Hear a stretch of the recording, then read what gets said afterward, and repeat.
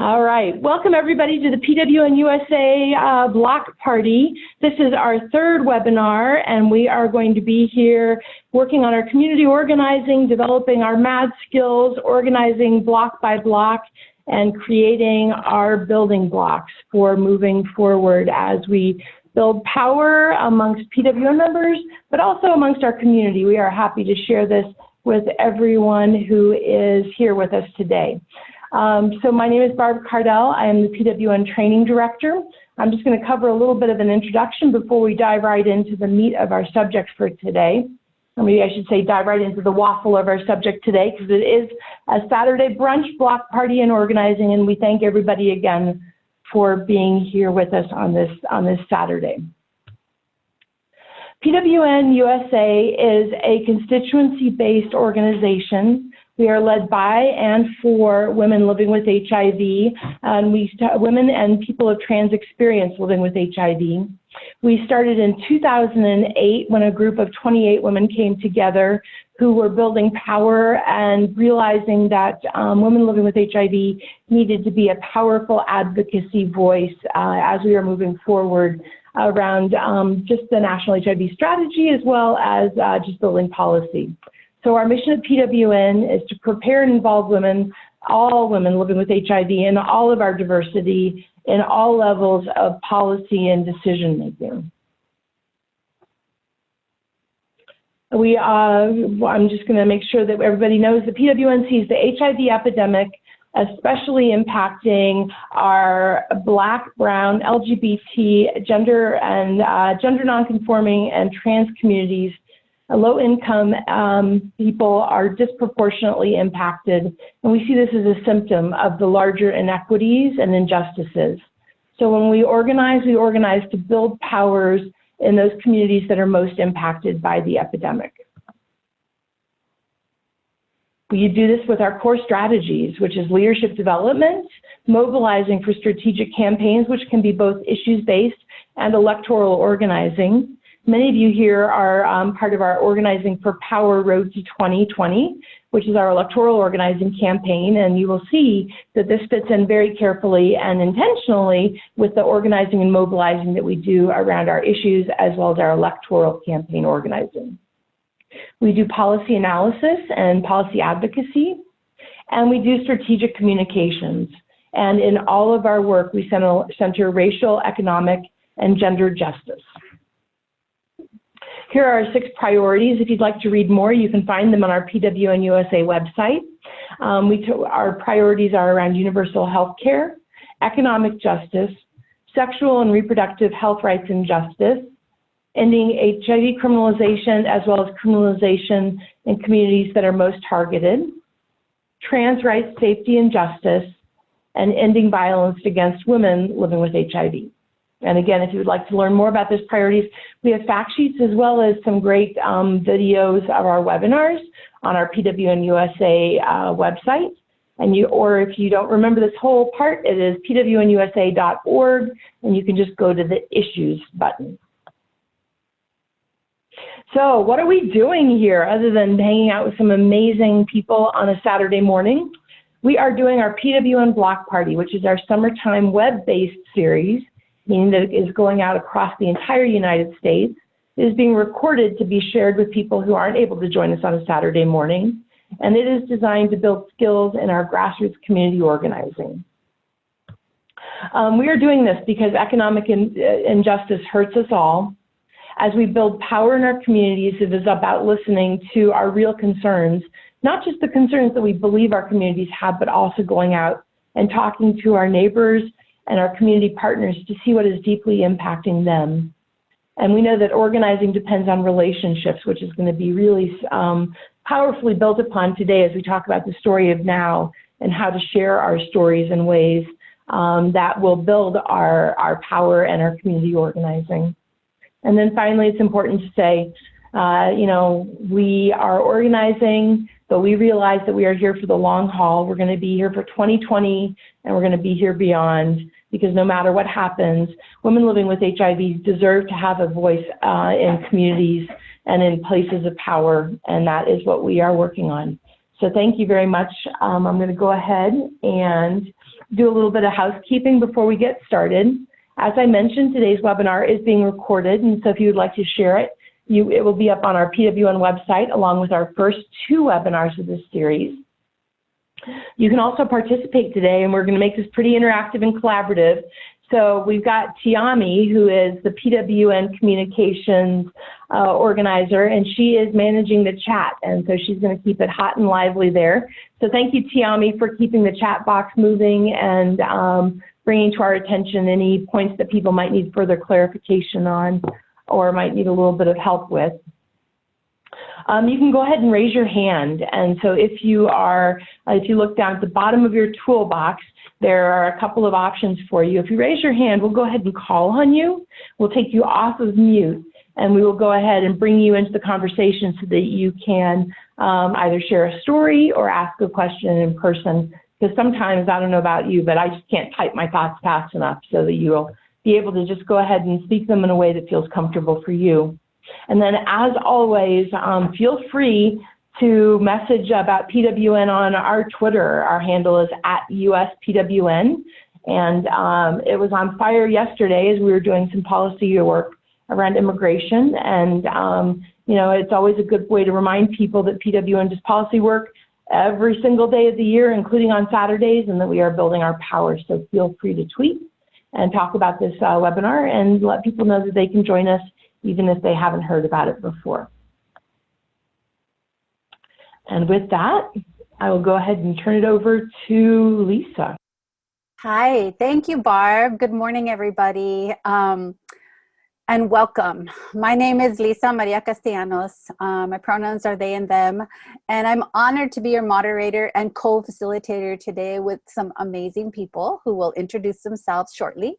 I'm actually a coach with the Grassroots Organizing Institute with the Groundswell Fund, and today's webinar is our third, as Barb mentioned, in a 6-part series brought to you by Positive Women's Network. It looks like we have including facilitators, about over 25 people here today, and I'm sure more folks will trickle in as they grab their coffee. And I just want to, just say woohoo! We got, this is our third webinar, and folks are taking the class seriously. We aren't going to be able to do traditional introductions, so we want to invite folks to go ahead and use the chat box to type in your name, your pronoun, organization affiliation if you have one or if you want to share one, and the city where you're from. Some folks have already started to do that. And while you all are doing that, we're going to get started on our third topic, which, as Barb introed, is the story of Noun and is also specifically about cultivating and engaging new leaders. I'm going to pass it over to Shannon. I'll let Shannon introduce herself. Good morning, everyone. I'm Shannon Robinson, and I'm joining you from lovely Grand Junction, Colorado. One of the amazing things about this webinar series is that we're able to facilitate this through lots of technology and practice, and it's really wonderful, and thank you for letting me be here. I want to review a few of the highlights from our webinars 1 and 2. In webinar 1, we talked about the history and struggles of the social justice movement. We went over the no-no boys at the Japanese internment camps and their refusal to answer some questions asked of them while they were being held in a camp. We also talked about the Montgomery bus boycott and Rosa Parks, and how one person can spark a movement and move from sort of an individual downstream flow to a collective upstream flow to empower folks. We talked about the National Welfare Rights Organization and how a group of women came together to change what was going on and get the benefits that they were entitled to, and change how things were processed, which is really wonderful. And as we know, all of the work from these groups is still continuing, and we're benefiting from one individual getting together with a collective group of folks and taking action to empower folks. And we talked about empowerment, which refers to those actions taken to increase the degree of autonomy and self-determination in people and communities in order to enable them to represent their interests in a responsible and self-determined way, acting on their own authority, and that's the key to that. We also talked about the downstream individual empowerment and moving towards upstream. So looking at direct service, maybe a food bank, to education, which we are sort of doing now, but I think this is a dual, this falls in a dual spectrum here. Dual place on our spectrum, to self-help, maybe going out and learning about some other things, or talking to folks who can help guide folks in the right direction to get the services they need, to advocacy. And so that may be something like CORA, Colorado Individuals and Organizations for AIDS, going to Lobby Day. Then to direct action organizing. And I think we're seeing a lot of that. I think that we can see the power of direct action organizing in what's going on in Puerto Rico specifically. Those folks stood outside and fought and fought and fought and got, addressed the problem. And so that gets to how do we know we're organizing? What would that look like? And as you see, we have a big fish with some little fish. And then a big fish, we could say, maybe our target, and a school of fish, that could be us, talking to that target and getting what we need and advocating for ourselves. We identify a target. Here again, I'll use that Puerto Rico example. The problem was with the governor and some actions that the governor took, and citizens stood up and said, we're not having it, and got together with a strategy. So they defined their issue, their problem. They focused on a very specific issue, a slice of that problem. They knew their demands. They went to their primary targets. They got their constituency together. So all of those folks affected by whatever thing may be going on, got key allies behind them and used tactics. Again, in Puerto Rico, they stood outside for hours and hours and fought for what they needed. We talked about using a campaign. For instance, there was a neighborhood that was experiencing terrible traffic due to a school drop-off, and they created a campaign, went to their target. So one of the leaders in the community, can't remember who that leader was, but they went to leadership of their community and gave them a scorecard, a report card, and about the terrible traffic, and were able to work with folks to create some change with that traffic. We talked about important characteristics of community organizing.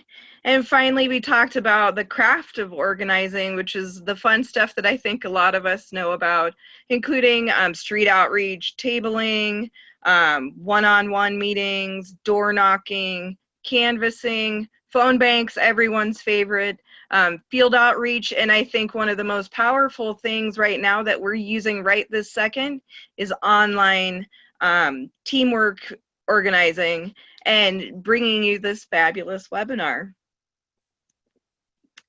And so today's webinar, we will, just one moment here, we're going to talk about public narrative, which is really, really exciting. And it's as public narrative as a practice of leadership, mobilizing commitments and organizing methods in action, and then leadership versus leaderful. And I'm really excited that Nevaeh is going to bring us that part. And it's an infrastructure that creates belonging and purpose. So today, we have Lisa, and we have myself, Shannon Robinson, and Nevaeh. And with that, I will turn it over to Lisa. Thank you. Thanks, Shannon. So these past two webinars, we have talked about this concept of the spectrum of social change approaches. And our focus is grassroots community organizing. But I want to emphasize that in our focus on grassroots community organizing, the spectrum acknowledges that we need all kinds of empowerment. We need individual empowerment. We need self-sufficiency and autonomous empowerment, right? And we also need, more than ever, collective empowerment. And collective empowerment that comes through action.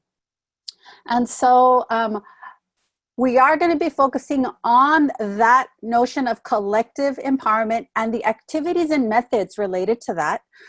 But I want to also highlight that organizing methods can be practiced in the other approaches in the downstream. They have interesting impacts on the work. And I would say that the goal would be to try organizing methods, try them on in an attempt to move upstream eventually, and to incorporate upstream collective empowerment into the work, whether it's direct service, education, self-help, or advocacy. And so if we could animate the slide. So yeah, thank you, Barb. Or Tommy. So again, our focus is very slow animation. Sorry about that. So community organizing is a methods-based practice of building a base of people in order to empower one's community to achieve social change through collective power. It's really important to to pay attention to that word methods, which is basically like there are steps, there's a process that we'll talk about on this webinar, and that community organizing, it's in and of itself is not a necessarily a liberatory practice. What makes grassroots community organizing a liberatory practice in the in our flavor, in our style, in terms of what PWN, what a lot of organizations are trying to do right now in terms of resistance and fighting back, are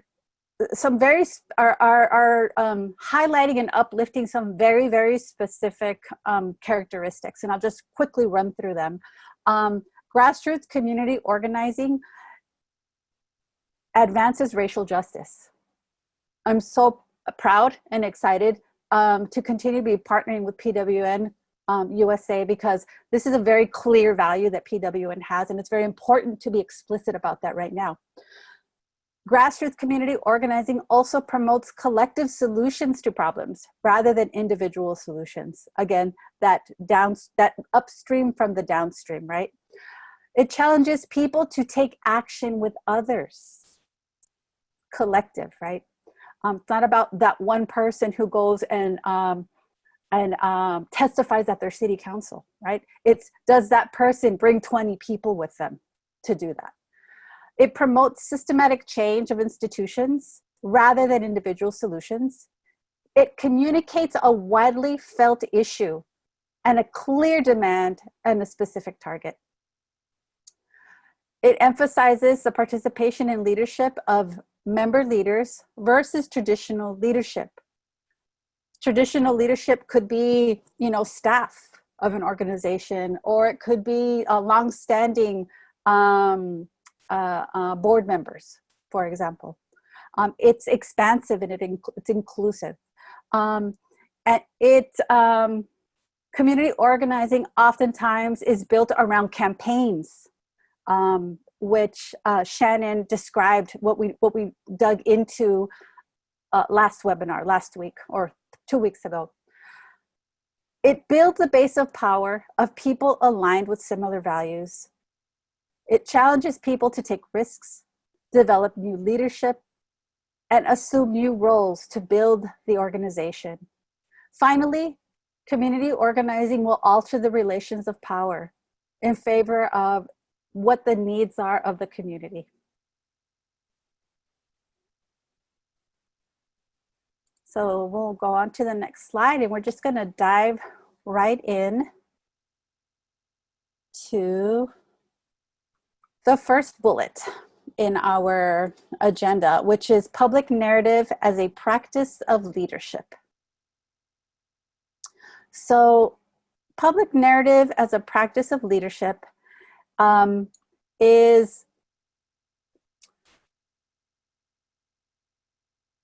a way of approaching cultivation of leaders, of community members, and even of ourselves through this idea of telling our story, sharing our story with others, refining that story for ourselves, and communicating that in a way that will mobilize others to take action.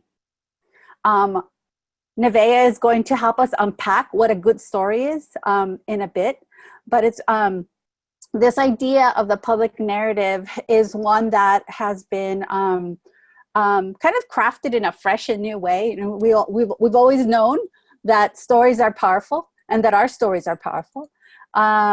If we move to the next slide.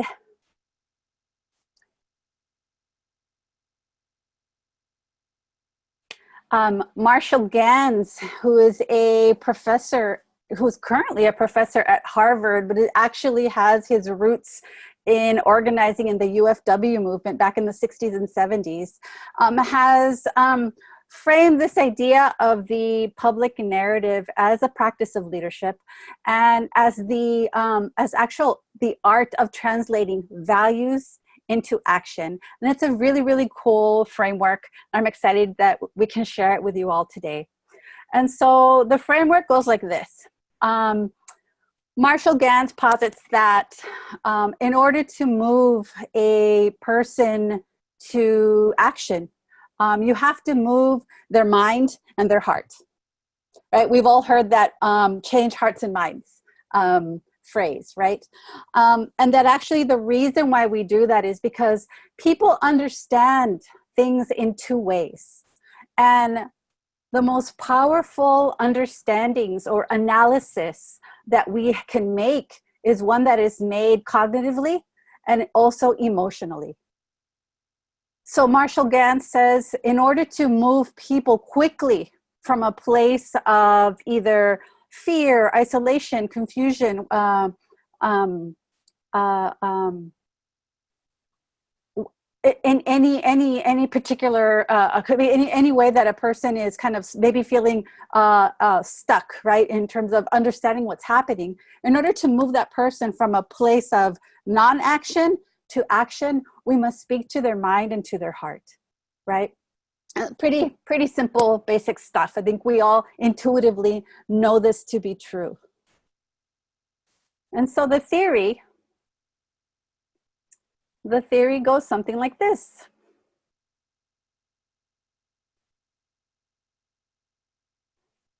The theory says that when we are able to articulate our values, in other words, when we're able to articulate what we believe to be true, and we are able to overcome emotions that might block us from taking action, then we are able to take that action. Pretty simple, right? So you think about the value of dignity, right? When you look at the images of Rosa Parks, and the value of tired of being tired and actually deserving more. The courage, right, to overcome the tremendous risk at that time that Rosa Parks took to sit at the front of the bus because she was able to overcome that. Her action had a ripple effect that sparked what many people say sparked the civil rights movement, right? And made people believe enough is enough. And it doesn't matter what happens to us. We have to take a stand. The values could be family, right?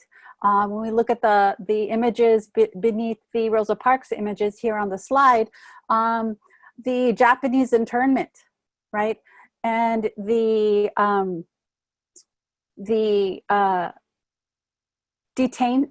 detention of whole families in camps, US citizens being detained in camps, and the sense of indignation and injustice when even in those conditions, folks were experiencing extraneous hardship and even death.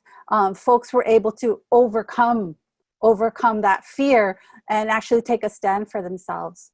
The value that the land is worth protecting, right? And the love for that, and the love for one's culture and one's people is enough to overcome apathy or overcome fear. And so this is how that theory works, right? So if we identify the values, articulate them clearly, whether it's family, whether it's dignity, or whether it's protection of the land, and we're able to overcome any emotions that might block us from taking action, then we have the fertile ground for telling a story about that. Yeah.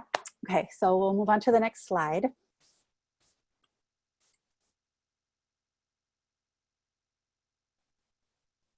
And I'm going to hand this off to Nevaeh. She's going to talk to us about what makes a good story.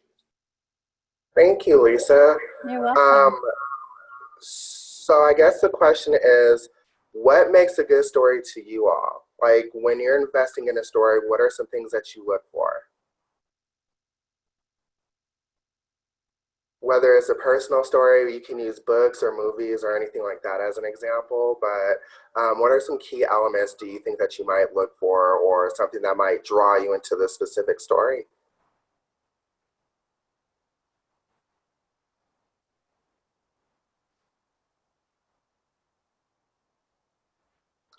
Well, one would be an unexpected challenge. Empathy, can you understand? I mean, like, can you not only understand, but can you feel the story? Like, is there any relatability there? So empathy definitely helps out as well. Jesse said identification, which is also a good element too. You have to identify the story in order for you to know where the story is going and how it's going to progress.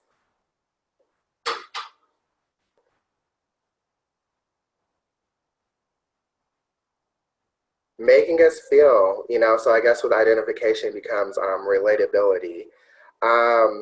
Regardless of who the story is about or what the story is, can you relate to what they're going through? Can you understand kind of their fight or their push when it comes to the story? Because that makes a good story too. Like, you have to be invested, and it also has to be one of those elements where it resonates inside of you.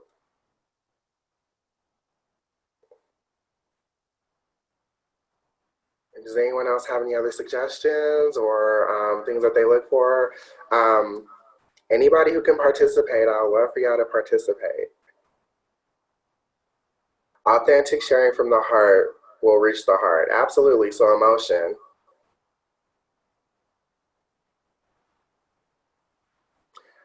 Does a story inspire you? Does it motivate you to not only achieve your goals, but to root for the underdog, root for the main character? That is good with any story or any movie. Definitely inclusion. That is what Janine is saying. Content from Roxy. That could be definitely a good narrative.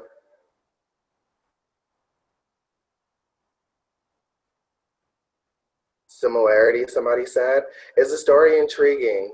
That's also a good one. Can you relate to the story? Is it drawing you in?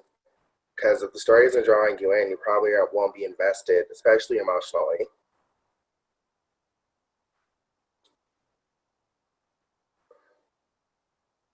Sometimes all it takes is a headline. Relevance.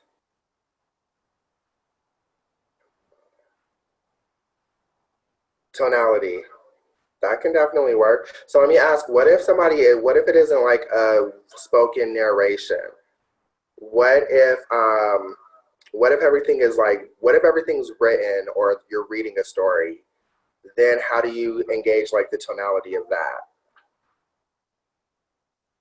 Makes us reflect about ourselves. Yeah, that's another element of a good story. Maybe even not ourselves, our situations, a situation that we can identify with. Does a story you're telling? Tana, can you go a little bit more in detail about does the story you're telling on the issue that you're telling? Sorry, I'm trying to rephrase it so that way it makes sense, or read it to where it makes sense. I apologize.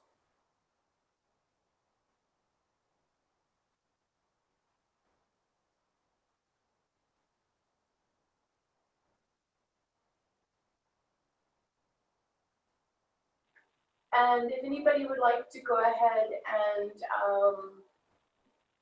be taken off of mute, if you raise your hand, we can go ahead and do that.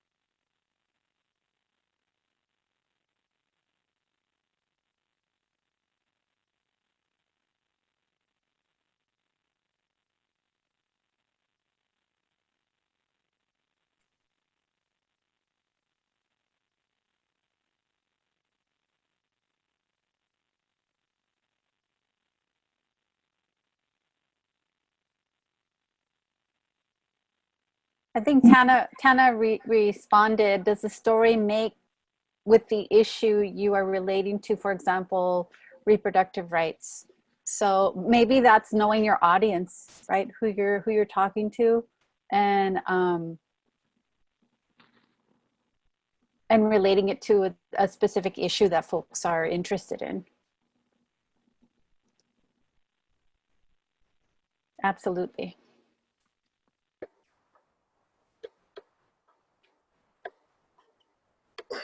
So I guess that, oh, that's why you.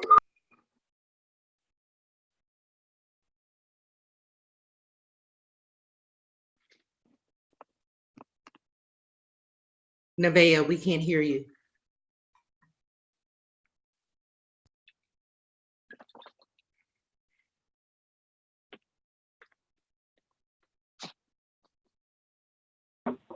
Okay, so sorry, can you hear me now? Okay, so yeah, so basically knowing your target audience, that definitely helps out as well. So because if your audience isn't interested, or let alone there isn't any common ground, the story's not going to work, right? So definitely knowing who you're talking to, the subject, and if there's any relatability amongst the audience. So definitely.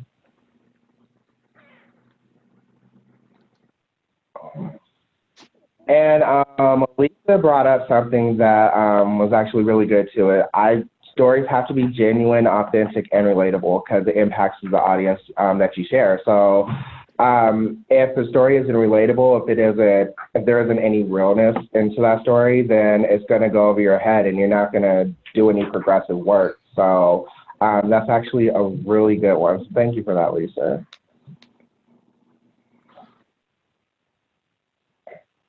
That and plot twist. Somebody mentioned plot twist. I think also the thing of making a really good story is definitely the climax. Climax, you're pretty much making a decision. Either you're going to get what you want or you're going to forever give up trying. So a good story always leads up to the climax, right? You have obstacle 1, you get past it. Obstacle 2, you get past it. There might be another obstacle that you get past. and you reach a climax. And you choose whether or not that's going to be something that's obtainable, and if it's not, then you walk away from it. So I also feel like those are good Thus, a good element to a story as well as a really good climax.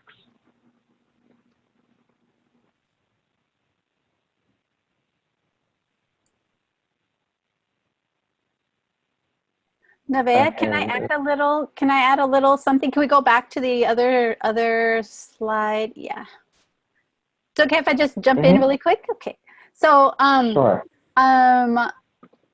Absolutely. Nevaeh just traced the arc of a good story, right? There's a climax, there's a decision that has to be made. And what the public narrative, as the practice of leadership, how it works is that story that you're sharing actually has a purpose, and it's a motivational purpose. It is a story that is meant to mobilize action. So in every public narrative story that we share, when we are out in the community or we're doing one-on-ones with folks to bring them into our work, right? This is where it kind of changes, right? Because some of our stories will tell like, oh yeah, you know, we do walk away from things, and that's a powerful act of self-determination, right? And boundary setting, and could be a lot of great things. But in the public narrative structure, it's a motivational story. And the story is exactly what Nevaeh was tracing up until the point where you're making a decision.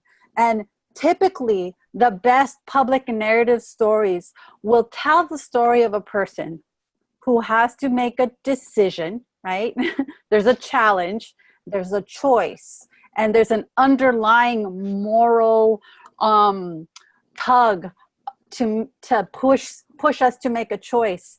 And in that choice, the character, the protagonist, is not ready to stand up to that challenge. You think about Rosa Parks, right? And the tremendous weight on her to actually decide that day to basically put her life on the line. And that the character takes action anyways. And that is the pivot in the story, where then it becomes a motivational story, an inspirational story. And when we as individuals, when we're able to pinpoint our story, right? That story of now, the story of self, my story of like why I'm here, why I'm doing this work. For folks on this call, why I'm here on a Saturday morning. Or it could be something else. And if I'm able to communicate that in a way where I'm also telling the listener, I have this challenge, I overcame it because it's that important, right? That is the art of values and action. Right, that is the story that we want to craft for ourselves, and I just wanted to add that because we do want to tell the story in this mode of community organizing. We want to tell the story that, oh no, there was this huge challenge and I decided to face it, and I did, and so can you. That's basically the goal. I'll hand it back to you, Nevaeh. Okay, so we're going to slide 15, right? Yeah. Okay, so motivating stories. It's a public narrative that is a specific story structure that is meant to move other actions, and it's described as a character who faces a challenge and who must make a decision they are seemingly unprepared to make, and their circumstances that lead to making a choice taken by action. So when you summarize the crossroads and 3 points in the arc of the public narratives, right? The first one is going to be challenge. The second one is going to be choice. And the third one is going to be outcome. Okay.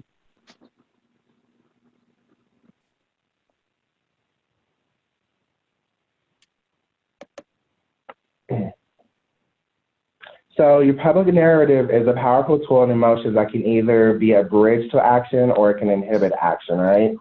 The public narrative method teaches us how to overcome emotions that block action. Because if it's just strictly emotion, then you kind of lose the message. The public narrative becomes a tool for organizers and leaders to not only empower the most impacted, but also to help them overcome uncertainties and recruit them into action, or as Marshall Gann says, mobilize commitments, excuse me. In this way, the primary role of a leader is to use public narrative to move others to action.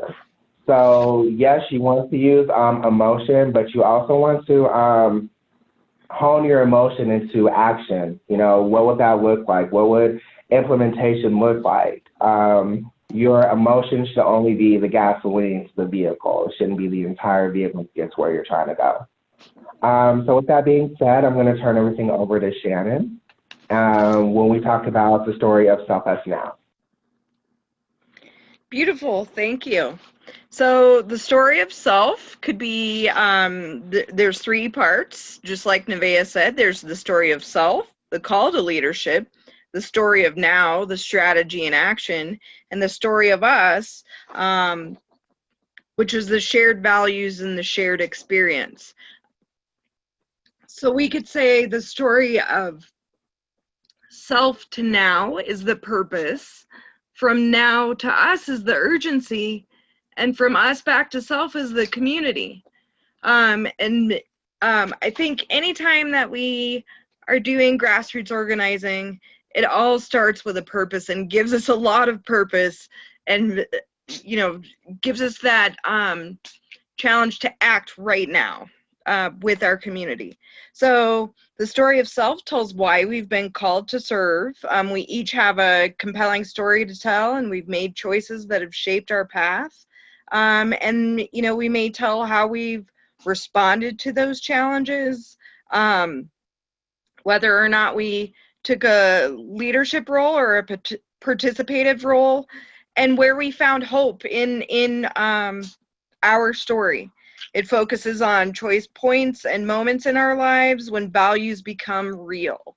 And again, I think a lot of our values are becoming more and more real to us, and I see us all standing up and taking action. And if you follow Barb's Facebook page, she's the queen of fabulous stories, I think. So we could ask ourselves, what's going on? When did I first notice this? When did I first hear about this? What's the concern? How does it affect people? Why is this going on? When did I feel like I was moved to do something? Why did I feel like I could? What are the circumstances? So on and so forth. And it reveals something about ourselves and our values. However, not necessarily our deepest secrets, and it changes and shapes key moments in our lives. The story of us communicates why our community in particular is called to act, and why we in particular have the capacity to lead. So just like the story of self, the key choice points in the life of a community are those moments that express the values of underlying the work that our organization does, or our group, when we come together in solidarity, underlies those values of what we're trying to do. It focuses specifically on telling a story about specific people, specific moments of choice, and action that shaped our community. So back to what makes a good story. We've got that key moment. We had to make a choice. Now we're going to act on it. And it invites others. It speaks to the mind and the heart, and invites others to get involved and join. And then the story of now communicates urgent challenge that we're called upon to face now. It focuses on the challenge that requires action and hope for action. And hope it's the ask part, what we're trying to get people to do. Can I count on you to join and be here with us? And so what do you think? What would you all think makes a great story of self, us, and now?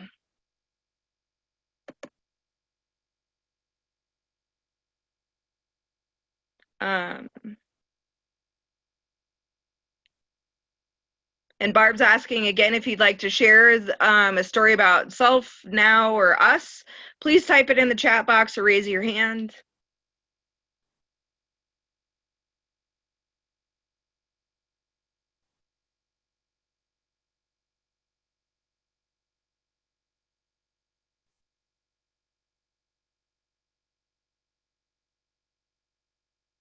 Nevaeh or Barb, do you have any stories to share?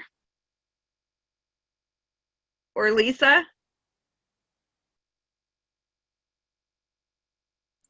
I'm gonna let others jump in. Okay. A bit. Yeah.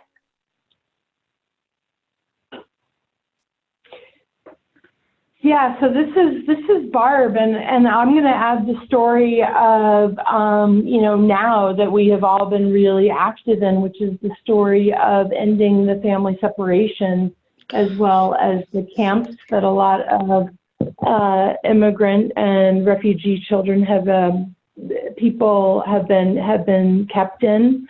PWN has been acting, and I know that we've got a lot of people from Texas on the phone, and they have been down doing a lot of the protests at a lot of the camps. And so I think that the story of now definitely communicates the urgent challenge. We need this immigration policy to stop that is separating families.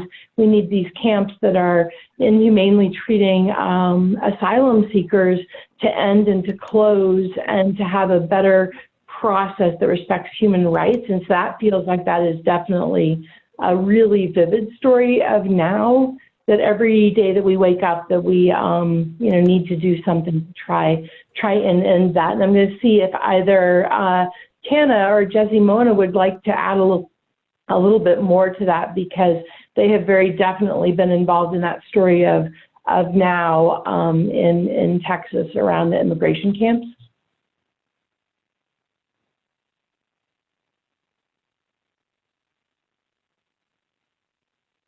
And if you'd like to say something, you can just go ahead and raise your hand. Yep, Tana, I'm going to go ahead and you should be able to share with us. Hi, Tana, welcome. Hi. You know, it's in one thing that I've learned a couple of weeks ago. I showed up at John Cronin's office on immigration rights, on the family rights here in Houston. It's important to join allies in some of this work that we're doing, because it's important. The separation of families for us in Houston is very important. So I show up to protest, but it's organized, is very well, they do trainings, they do all of that before we actually go out and protest or join rallies or whatever. I've done quite a bit of that along with Mona. Great, thank you. Yeah, it looks like Jessie would like to say something as well. Hi, Jessie. Mona, you should be able to go ahead and speak now. Okay, can you hear me? We sure can. Good morning. Okay. Good morning, Barb, and everybody else. Now, what was the exact question, Barb? So the question was talking about the story of now, in particular, how it relates to a lot of the work that you have done protesting at the immigration camps, but primarily how it communicates that urgent challenge that we're called upon to face. Well, one way I think, Barb, that I'm going around doing is just trying to educate people about what's going on, because they really don't have a clue. A lot of people are not watching the news, and they're totally detached from the injustice that others are experiencing as well as themselves. So just like my sister was saying, we were in front of Senator Cornyn's office a couple of weeks ago. We've gone down to the border with ACLU as it relates to immigration. But aside from immigration, just dealing with the systemic racism, discrimination, injustice of women's reproductive rights. Tana did a lot of stuff with Planned Parenthood. There are a lot of racial and social injustice. So economic. I mean, with this current occupant of the White House, there's a broad spectrum that anyone can pick a topic or an event, come together in a community event, because community is diversity and it involves everybody. And diversity is our strength. I was down at the Gay Pride with ACLU, handing out information mainly for students about trans rights and those kind of things, and passing out a little pocket size of the Constitution. I mean, listen, there is so much to do in the United States of America right now that if you're bored, it's because you're thinking about yourself too much. I mean, just got to get off your ass and get outside that front door and just look around. I mean, golly, and just being grateful, Barb, to be living in the United States of America on this side of the border, okay? I could just start right there and having clean water to drink. So there are many platforms that we can stand up for and let our voice be heard for those who say that they're voiceless, but those who say that they're voiceless, we can show them how to. I mean, Tana and I have been sending out emails today to get other organizations on this call today. This is very important. Yeah. It's very important for what we're getting ready to do for organizing for power. But even if we weren't organizing for power, even if there was not a 2020 election coming up, knowledge is power. Yeah, absolutely. Thank you so much. Thank you for both Jessie, Mona, and Tana for sharing those examples of the story of now. And also really a story of self, which is why feel like they've been called to serve. Just want to say that we have Janine in the chat.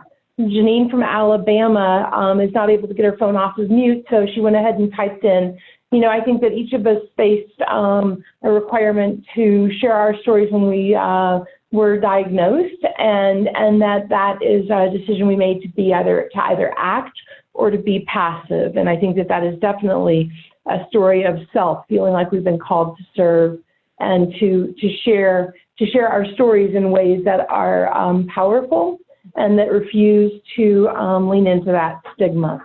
So we've had a pretty good example of story of self and a story of now. Is there anyone who wants to share a story of us, which is why our community in particular is called to act, and why we in particular have the capacity to lead? I think that is something that PWN does often.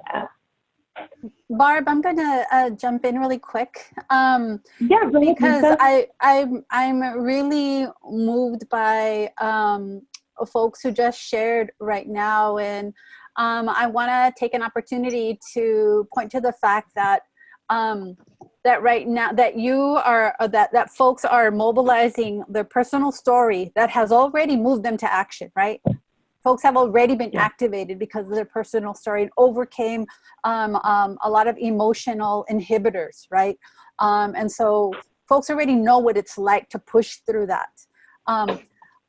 The powerful story of self that could be recrafted to recruit others. I hear folks saying, like, we were on the phone trying to get people to come get on this webinar, talking to organizations and showing up in solidarity with immigrant rights groups. That actually is a new story of self. That's a new story of self that you can craft and that you can use to mobilize others to make commitment, right? And so one of the tools that we'll be sending folks after this webinar is how to, it's basically a worksheet on how to write your story of self in a particular moment, which is right now, right? You could use like the separation of families and what is activating you now. Once you have that story down, right? And you can, like, your elevator speech of how you're going to recruit people. The idea of the public narrative as a practice of leadership says that now you have a new re-energized story of self that you can use to share with others to mobilize their commitment to take action in this moment, right? In the story of now that Barb is describing. And so I just wanted to kind of make that connection that you have an existing story of self, right? Of initial diagnosis, right? This is a new story happening right now in your life, in folks' lives, when they're taking action in new and different ways.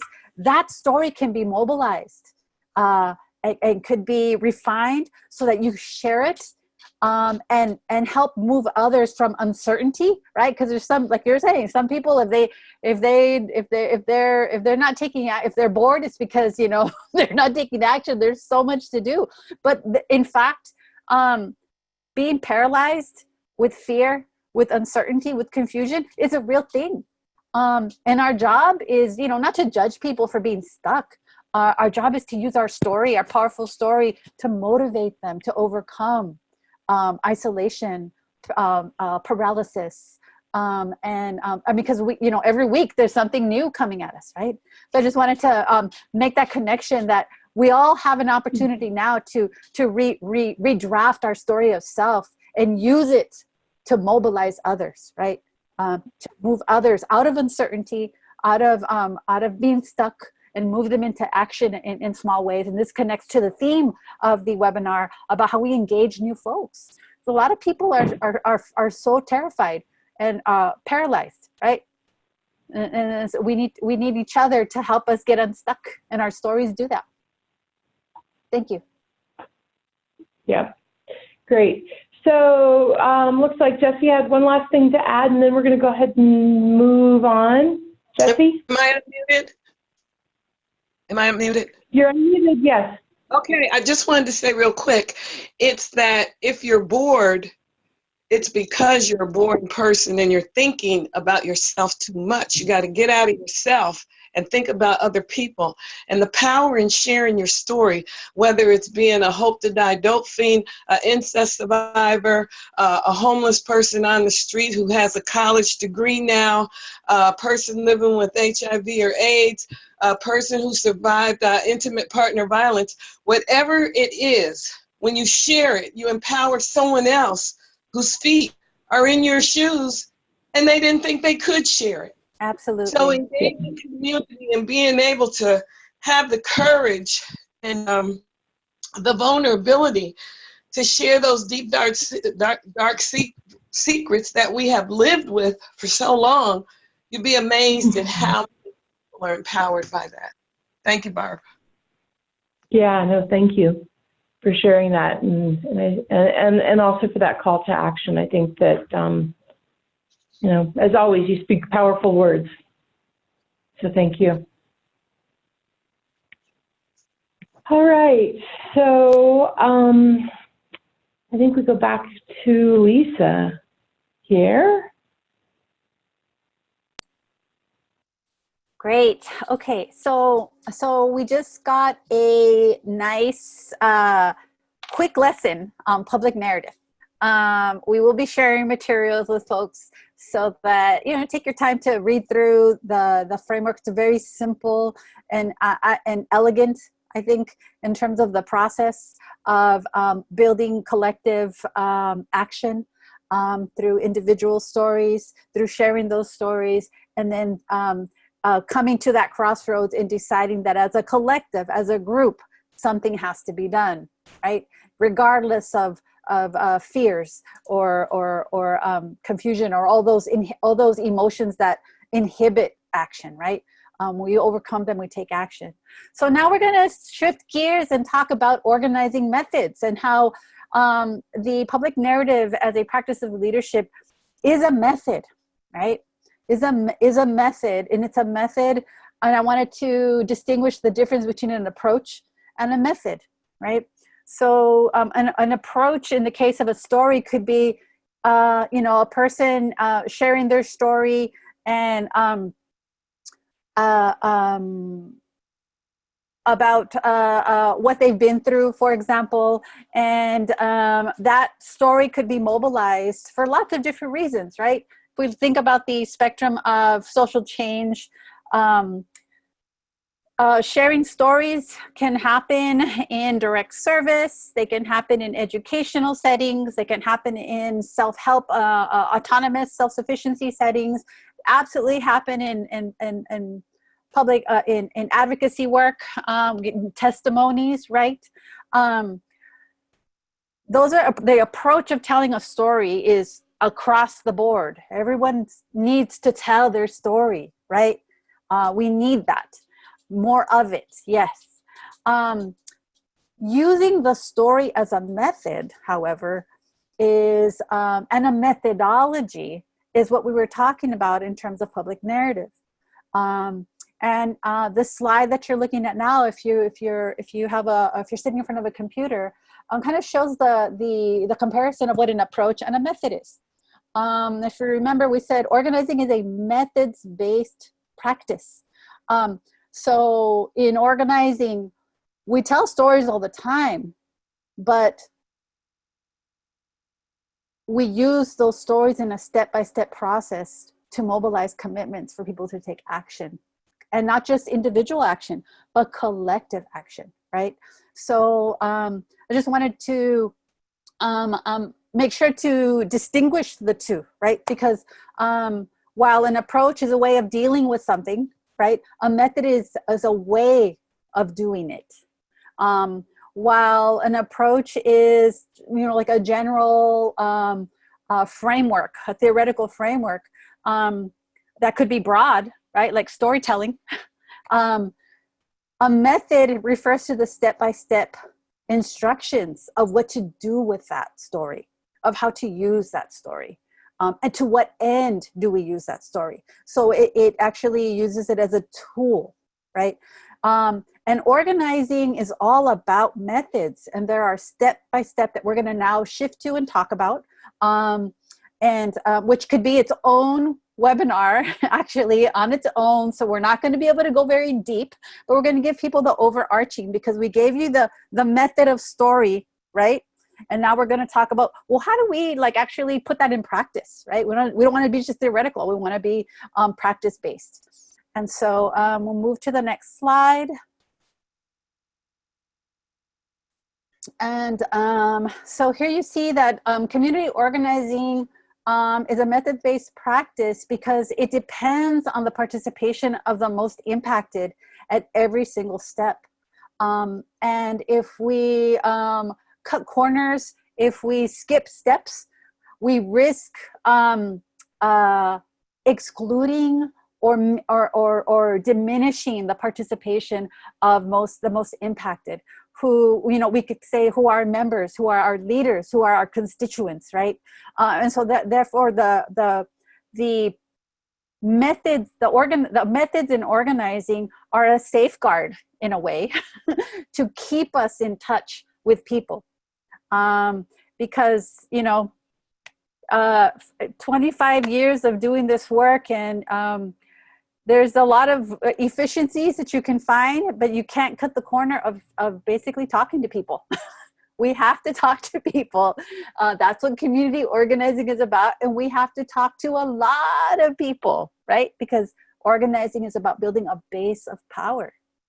And more, these are the spaces where we can actually practice democracy. And so you'll see in the slide that you're looking at is like a staircase,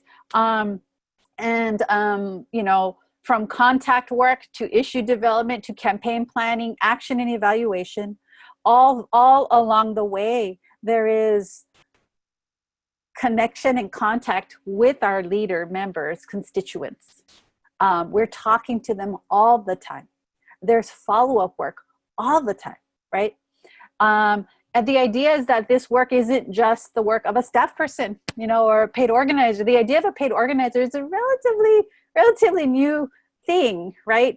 Even nonprofits are relatively new. Before nonprofits, people just would talk to each other, right? And they would mobilize each other as needed. Rosa Parks didn't have the benefit of a nonprofit backing her up. They had the faith community, right? It was a powerful space, but times were different, and we can kind of think about those times where actual member leaders to take on the work of engaging and recruiting our base. Yeah, so we can move to the next slide.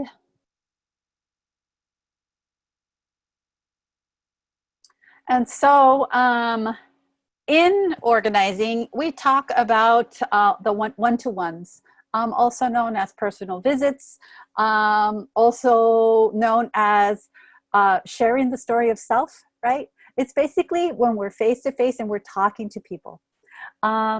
And the method in organizing, when we do our contact work, right?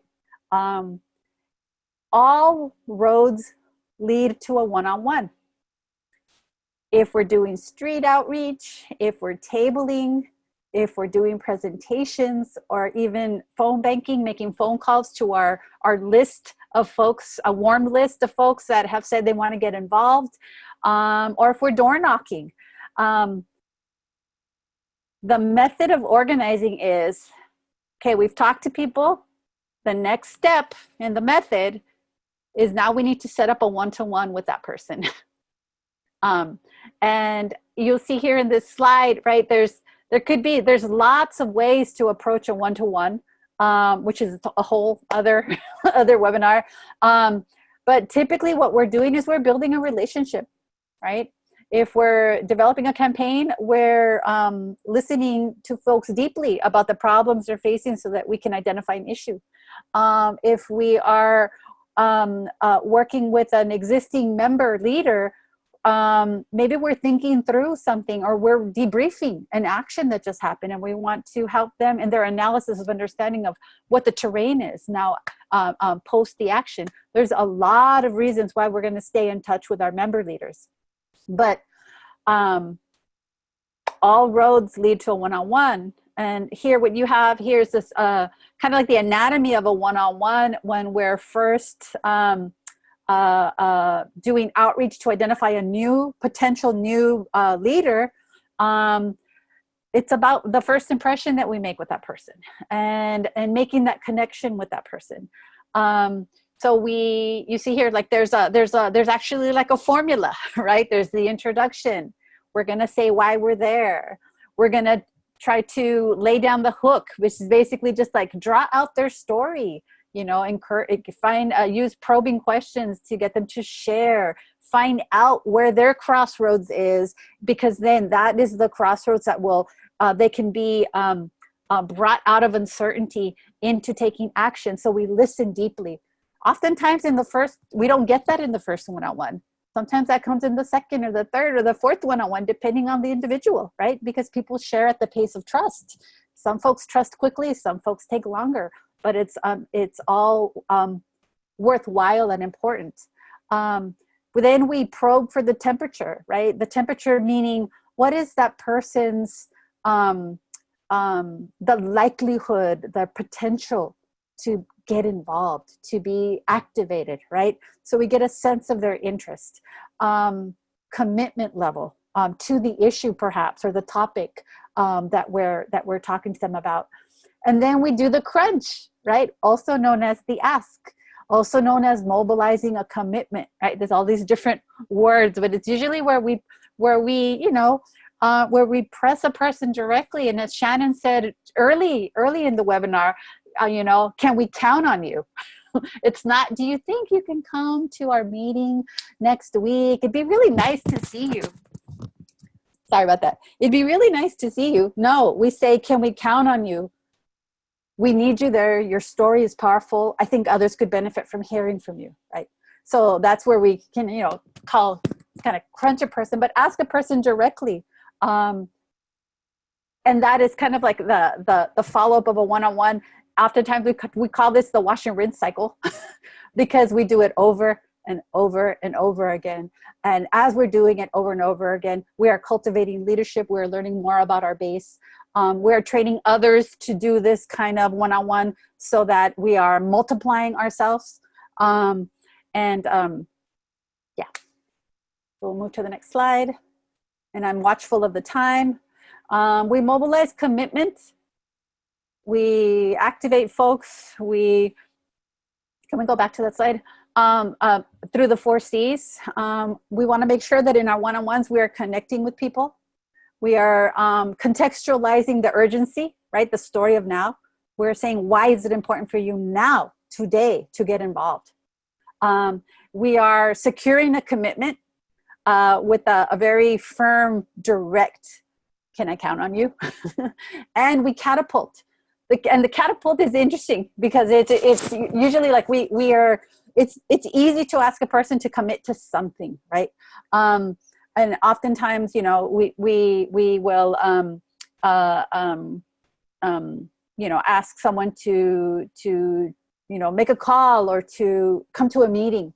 The catapult is actually where we support that person to take their action. And oftentimes the catapult requires like 2 or 3 calls, you know, 2 reminders and 1 call after to check in with the person, right? This is how we develop relationship. This is how in community organizing that we use the methodology of follow-up as a way to build leadership and to create a sense of belonging and a sense of purpose for our member leaders. Next slide. How many one-on-ones does it take to assess and engage a leader? I'm dating myself with this little owl. How many one-on-ones does it take? Can we get some? So I think I already gave you all a clue. So I'll just go ahead. we'll just move along because we're running out of time. So expect to conduct up to 4 follow-up one-on-ones in the very initial stage of engaging a leader. Getting them to take one action probably is not hard. Getting them to stay, getting them to, if you are a membership-based organization, getting them to become a member, it's going to be more than just 1 ask and 1 follow-up. It's going to be sustained contact over time where you get to know the person and the person gets to know you. They get to understand the values. They get to know your story of self. They get to share their story of self. They get to participate with others at some point to share the story of us collectively, right? But it definitely, it takes, you see the little heart gets bigger and bigger. That's what we're trying to do. We're trying to increase the commitment and the human connection that we have with each other. This is the method of organizing. It is a tried and true method. That the more contact, the more proximity we have with people, the more meaningful connection we have with people, we build a bond. We connect with them. We start to align our values, right? This is how community is built. And it's a beautiful way that human beings are wired. We're social creatures. So we're wired for this. And all the onslaughts happening to our communities right now are meant to isolate us, because that is the tool to disempower us, is to individualize us. But regaining our power means collectivizing. Next slide.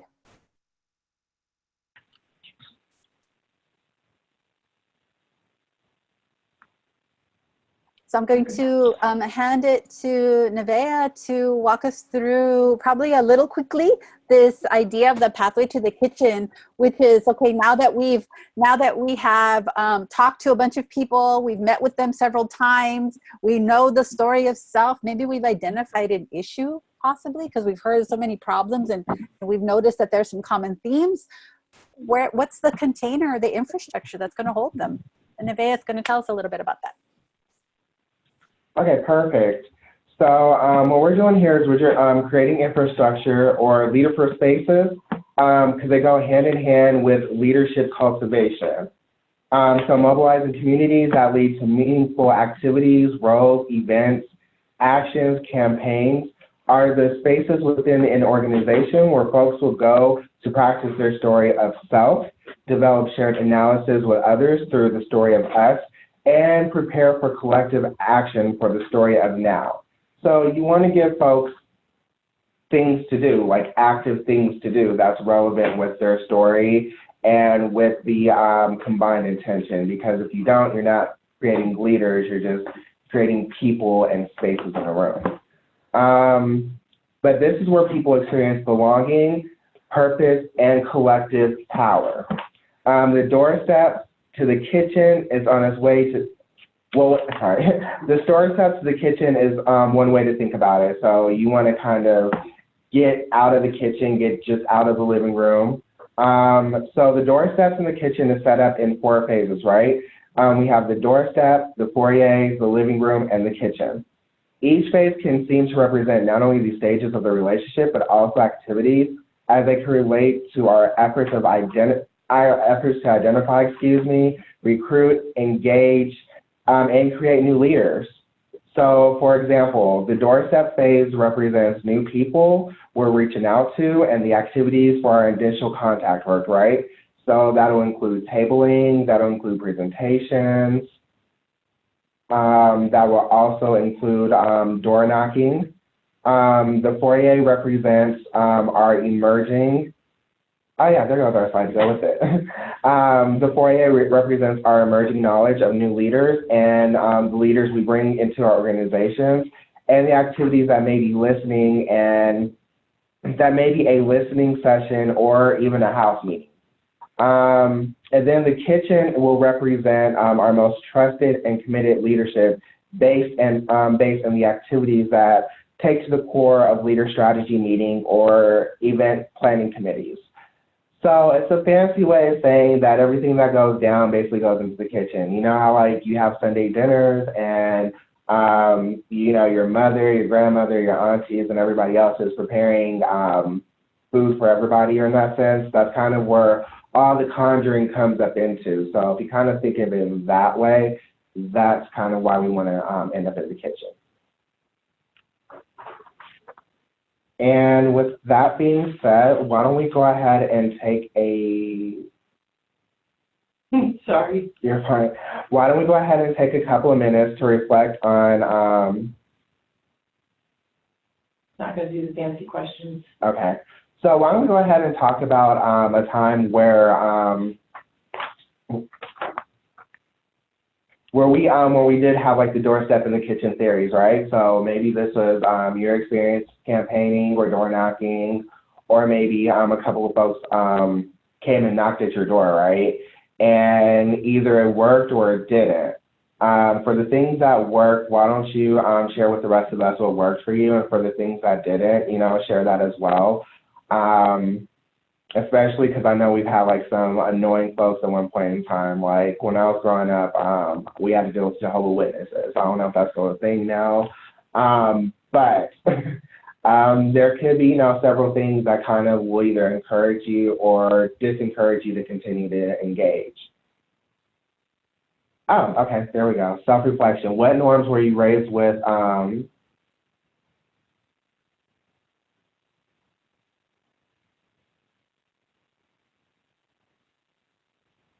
And if people want to go ahead and just put a few comments in the chat box, we can go ahead and read them out loud. Looks like we were, what we have in the chat box is somebody saying, well, the kitchen are where the knives are at, so we want to be careful. Someone else said we didn't open the door for anyone. Any other reactions to what were the norms that you were raised with about opening the door?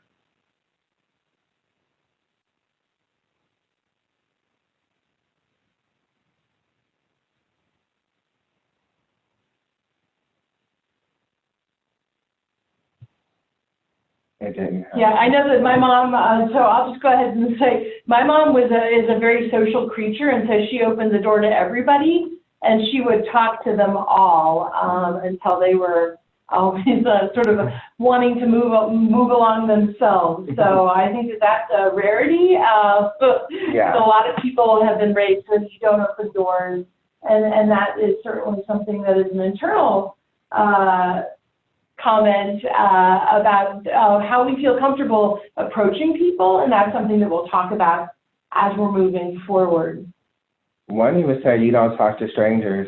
Now that was one that I had to adhere to growing up. If I didn't know them, I didn't talk to them. Yeah. All right. So then I'll just jump in moving- really quick, because in org, so we have norms that we're raised with, right? We didn't open the door to anybody.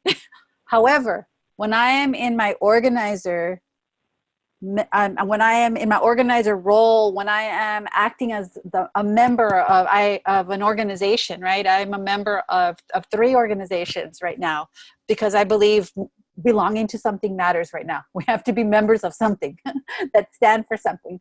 I actually am going to set aside the norms of how I was raised, right?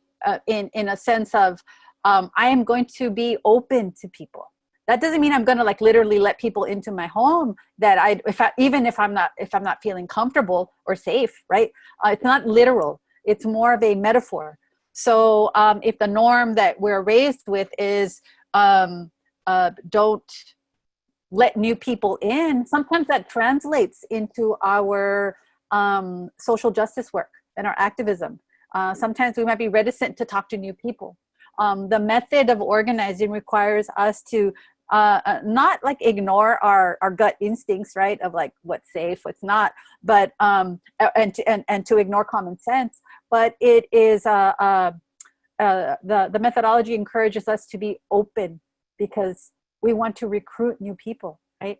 So in this pathway to the kitchen, the slide you're looking at now, we actually, when we are in our organizational mode, as members, as leaders, or as staff, we want to actually open the door with radical hospitality, right? To bring in new members, and to be open and to be enthusiastic, so that people, so that we make a good first impression with folks, and they are like, hey, that person was so nice, and they took the time to speak with me. People are dying to speak, to talk to other people. We're so isolated, right? And so in the pathway to the kitchen, as a metaphor, not literally, right? We want to, it is a way to identify, recruit, and engage people. And it also enables us to follow up with folks, to train folks, and to actually do some assessment of where folks are in their leadership. And we're going to move on from there. Okay, so so a community organizing approach uses methods that are relational and transformative. And what we are pushing up against is the extractive nature of our society, right? Where, you know, if we see the community as a volunteer, maybe we're just trying to like get them to do some of our work, right? or we're trying to like, we're extracting labor from them for different things. We have to ask ourselves, are we being extractive in our community contact work, or are we showing up with radical hospitality? Are we cultivating leadership for folks to be consumers? And in that sense, I mean, you know, do folks participate in leadership workshops for themselves, and they're like just investing in themselves and their leadership? Or are they showing up as producers? You know, are they showing up as, I'm going to take this workshop because I'm immediately going to do something with it. I'm going to apply it. I'm going to, now that I learned the story of self, I'm going to go practice it with 5 people, and then half of those people are going to be my friends that I'm testing it with, and the other half I'm actually going to recruit into my organization, right? That's the difference between a consumer and a producer. What are you producing with your knowledge? Do we see people as participants or as protagonists, as actors in their life, as agents of change? And are we just campaign defined? Are we a specific, are we just looking short-term campaign wins, or are we trying to build a political home where folks will come, engage, develop some leadership, and they actually will stay? Moving to the next slide. So I want to invite Shannon to do a quick review for us. I know we're running out of time. Thanks, Lisa. So in review, we've talked about the public narrative and stories, how to motivate action, those stories of self, those stories of us, and those stories of now, and how we can combine values and emotion to create action, and that those values and emotion are what equal action. What the role of leaders are. And so how we can go out as leaders, we're all being leaders right now. Even the folks who are participating are being first adopters and can go back and lead their organizations and areas in getting to those one-on-ones and talking to people, and that follow-up, which may include four different engagements with somebody. And then mobilizing commitments, getting to the ask, can I count on you? Here's how you can help, can I count on you to be there? And creating that infrastructure of belonging, opportunities to practice new skills, share talents, and build the story of now. And I encourage everyone to participate in a webinar because it will touch all of those. Please facilitate a webinar when you get a chance, because you do get all of those things in one. And how we can go from relational to transformative in community organizing, and how we can all just come together in solidarity to make change. All right. And so now we'd like to take some questions and comments. Please feel free to get into the chat box. And with that, I'll yield for a minute and we'll see what we've got for questions and comments. Looks like we might be slightly over. Don't forget that we will be sharing the slides, and I will yield to Barb for a moment. All right. Thank you so much, Shannon. And thank you, everybody. Thank you to the facilitators, to Lisa, Nevaeh, and Shannon for your wisdom and your knowledge. This is a powerful webinar. We will share the recording with everybody on Monday. It'll be on the PWN website. And I just want to thank everybody. And if you have a question or a comment, we're going to keep the chat box open for a minute or two. We're going to play our way out with our We Are Family song again. But if you have some comments or some thoughts that you wanted to drop in before you go ahead and get off of the webinar, we can use that as we are looking towards shaping our next conversation, which happens August 10th. That's Saturday, August 10th, for our block party webinar number 4. So thank you all for joining us, and have a great Saturday. And remember, in community, we have power, and we support and love each other. So thank you all so much. And we are family on our way out.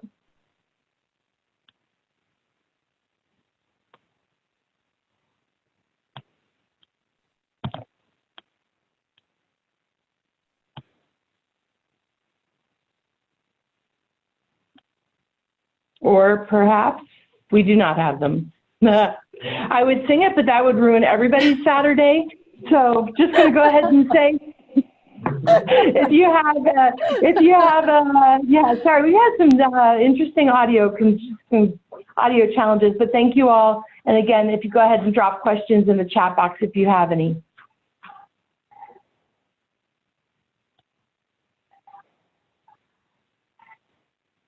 And thank you, everybody.